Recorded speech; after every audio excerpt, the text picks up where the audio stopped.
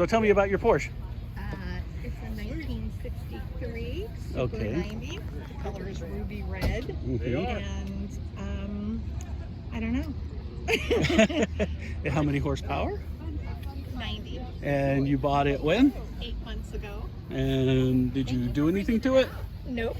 Is it just- I did a ceramic coat to bring it up to Idaho. Not a ceramic coat, a clear coat on the entire thing to bring it to Idaho. But it is, everything's like original. The interior used to be black, it's now tan. Oh.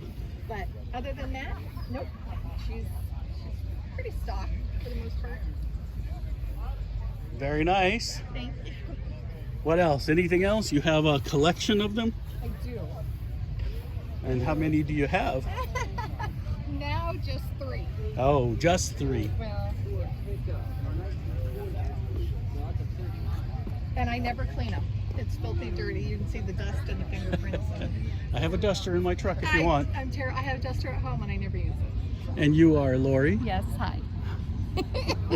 Well, thanks for telling me about your Porsche. Thank you for talking to me.